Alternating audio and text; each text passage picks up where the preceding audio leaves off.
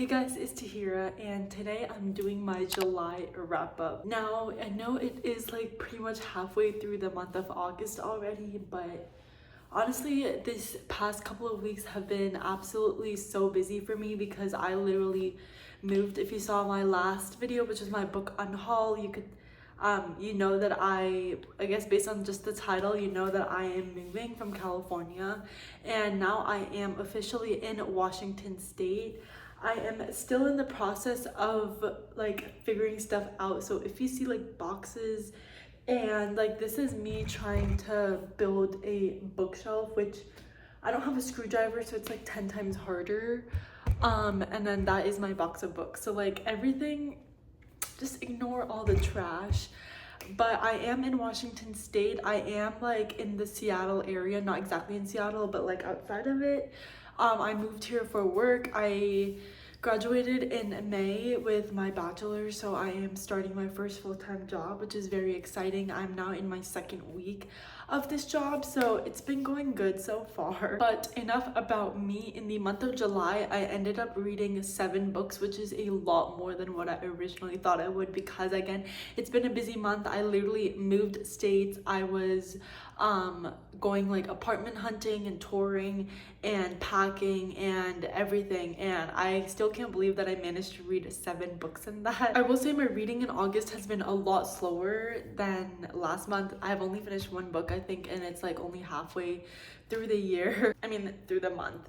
But yeah, let's just go ahead and get started. So first I'm gonna do the whole stats thing, which is why I'm looking down at my computer.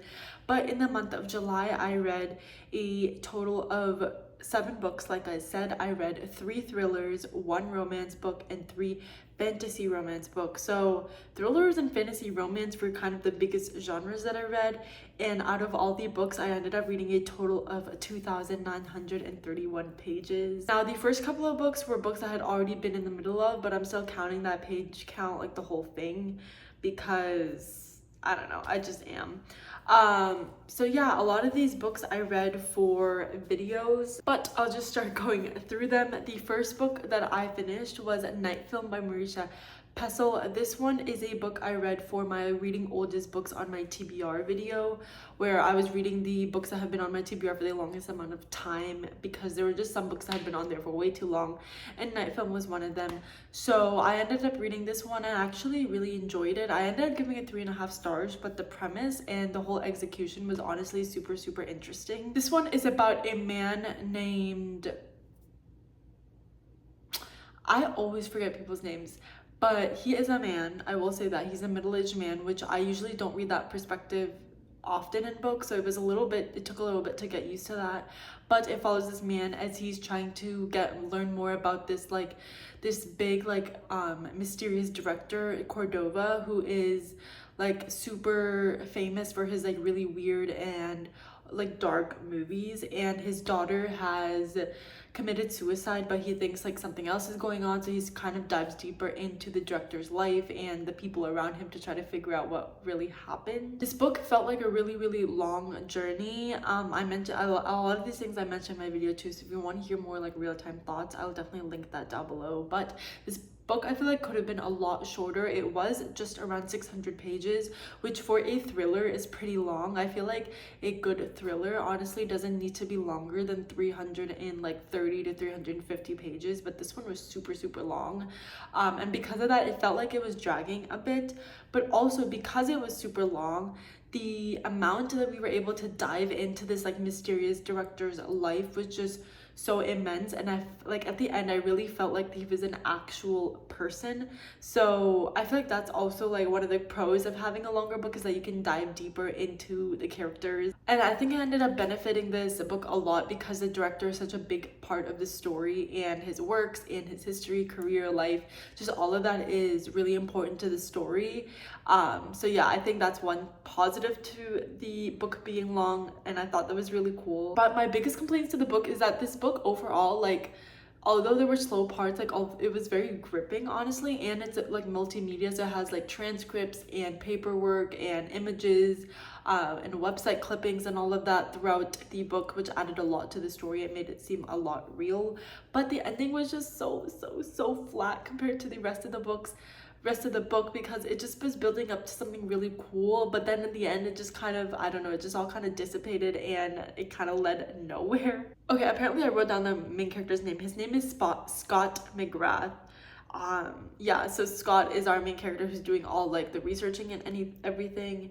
And another thing that was kind of irritating was that they always, like Scott and these other couple of people he meets along the way, they always get the answers that they need almost all the time. And I mentioned this in my video too, but basically like every time they needed to talk to someone about something, to learn more about something, they like that person ended up talking and spilling everything with no hesitation. And even one character that's supposed to be super weak and fragile and not in the right state of mind to really talk suddenly was lucid enough to like spill everything and like share everything that they really needed. So I don't know, that one was kind of a little bit unbelievable. And then Scott is also a really like not a great character in terms of his like thought process and his stereotypes. Sometimes when he's thinking about other people, especially people of color, he has these like really weird stereotypes which kind of took me out of the story sometimes.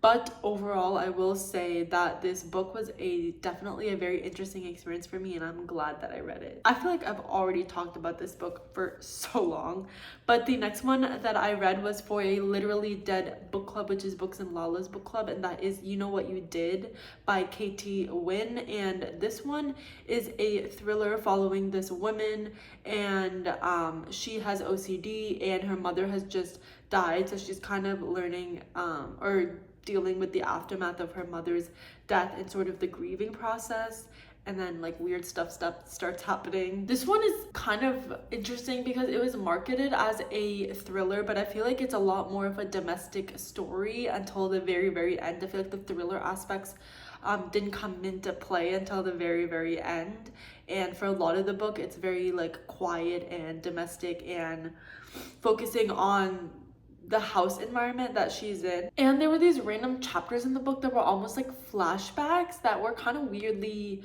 placed, and I couldn't really understand what they were like, their purpose was. And then the ending was just a little bit too like out there, is a little bit too like a villain monologue-y type where it's too caricature like, it's not realistic at all. So that was definitely something. So I ended up giving this book 2 stars. I don't know, I don't really have a lot of like thoughts about this book. It wasn't that great. I didn't hate my time reading it, but a lot of it could have been improved. And then I read the last book in the Housemaid series by Frida McFadden, The Housemaid is Watching, which I also ended up giving 2 stars.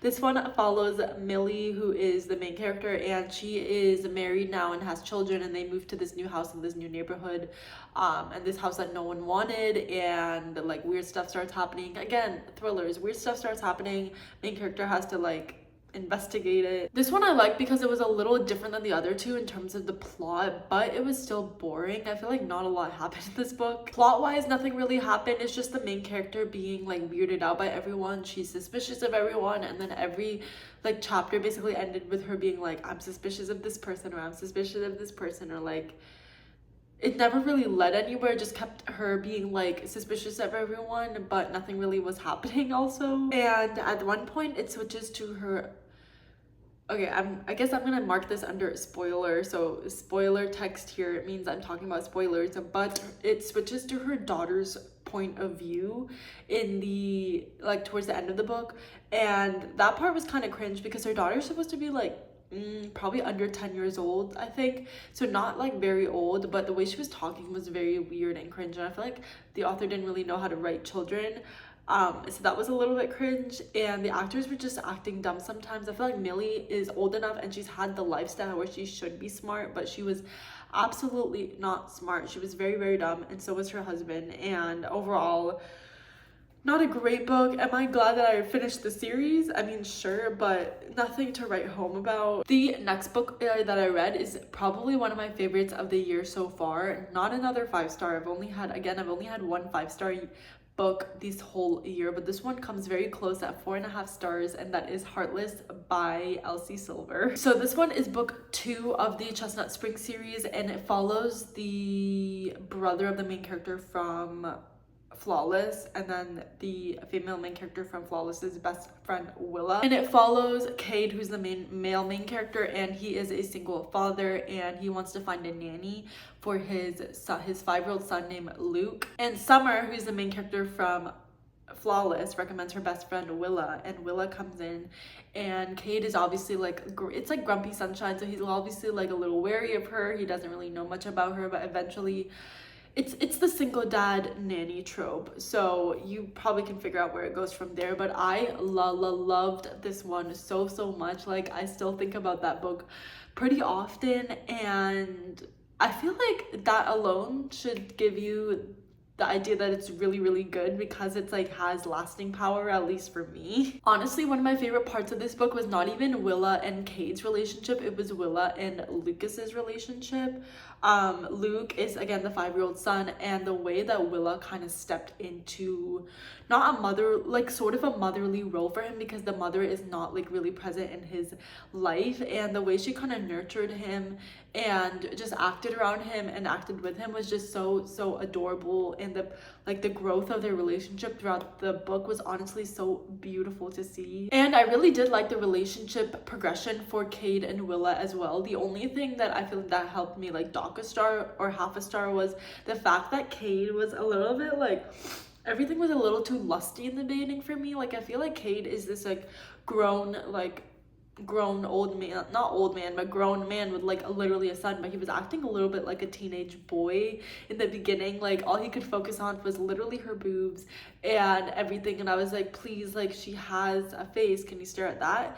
And it just felt a little bit like teenage boy going through puberty for me in his head in the beginning, but it got a lot better as he got to know her more, and eventually I really loved their dynamic. And it felt a little bit too long sometimes, because this book is about 500 pages and it is a romance, so it's pretty long for a romance. So it did kind of like feel a little bit long in the middle, but overall I loved this book so much more than Flawless. I think I ended up giving like 4 stars, so I also enjoyed that one, but this one is just, I feel like in my head it's just so much better, and I'm really excited to continue on with this series. I definitely will, and I honestly want to own the books as well, because I've been reading them on Kindle Unlimited.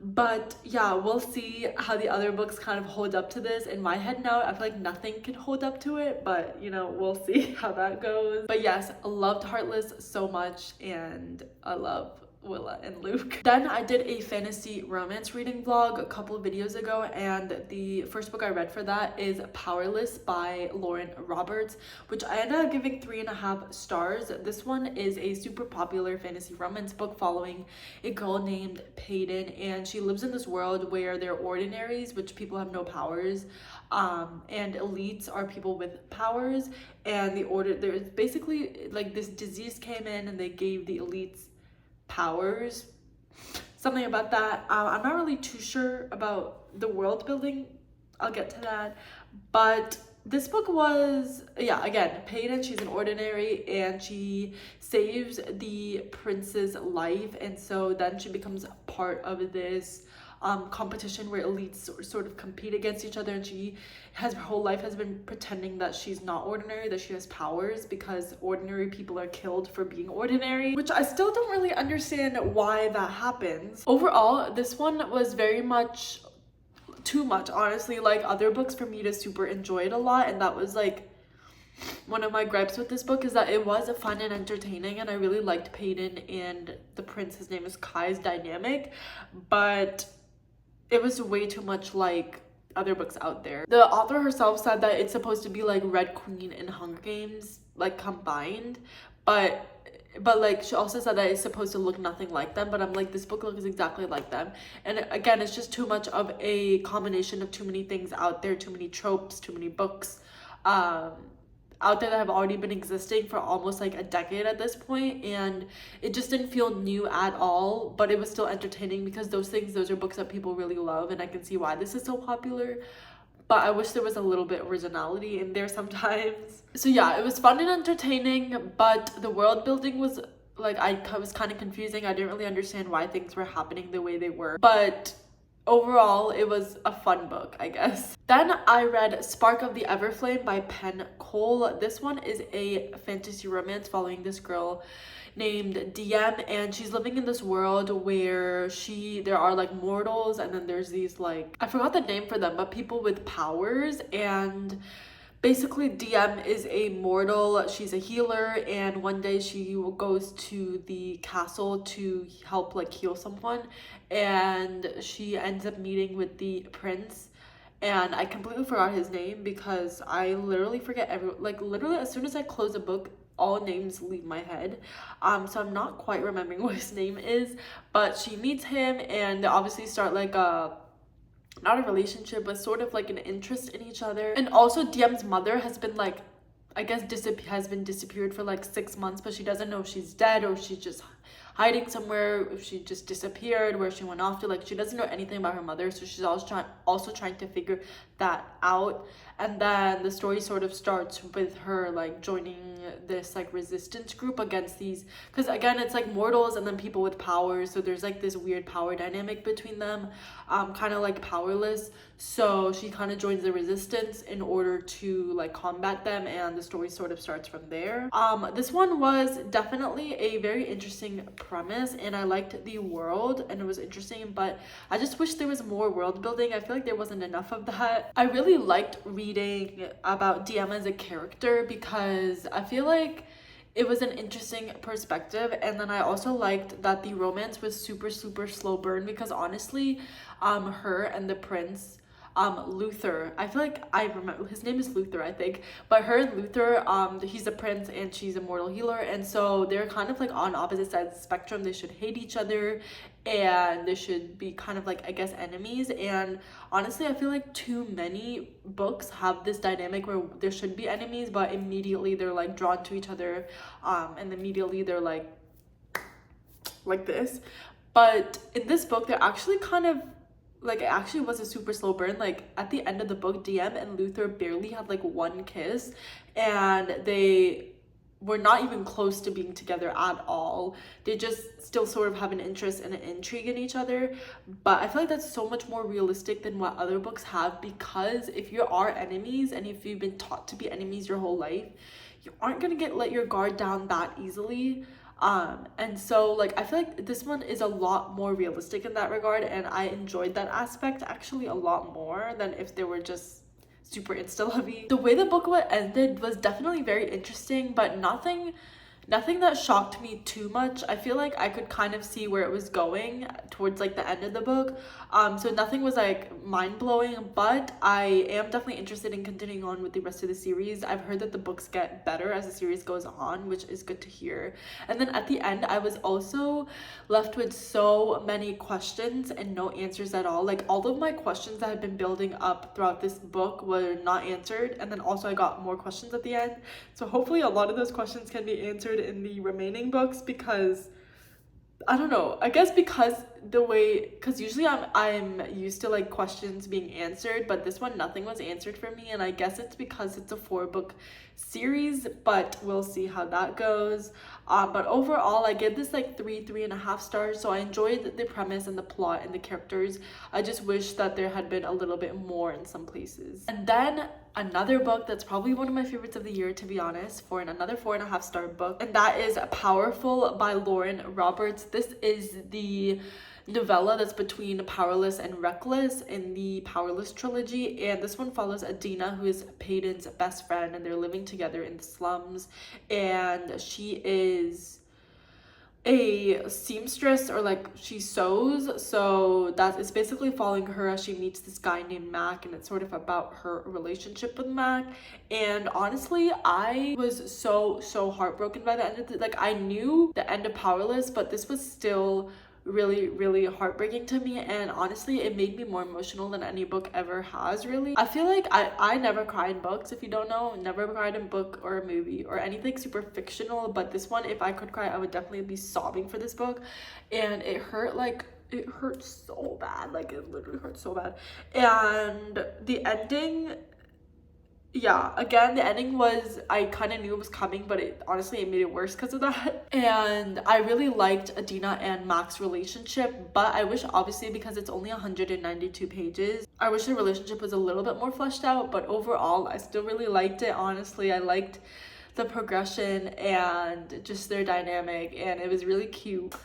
Lauren Roberts, I am out to get you, because that ending was literally so cruel. It was so cruel, and I will forever be thinking about Dina all the time. Anyways, that is all 7 books I read in the month of July. I had like a pretty good reading month, although I didn't have, again, any 5 stars, which I don't know if I ever will ever again at this point, because truly I have been in a slump, not a slump, but like a drought.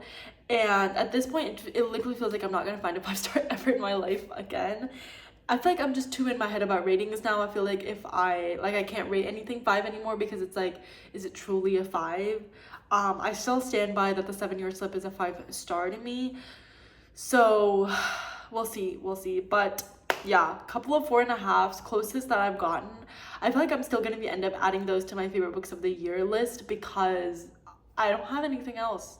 I don't have any other 5 stars to put. I feel like nothing was too terrible, but nothing was too great either. I had a couple of 2s, a lot of 3.5s, and then a couple of 4.5s, which I guess is a really balanced reading month. Here's to hoping that August is a better reading month. So far it seems like it's just okay. I'm on my 2nd book right now, so we'll see let's see if the reading month can go up from here. But that is it for this video. Hope you enjoyed. Let me know down below if you read any of these books, as of course I would love to know. But I'll see you next time. Bye.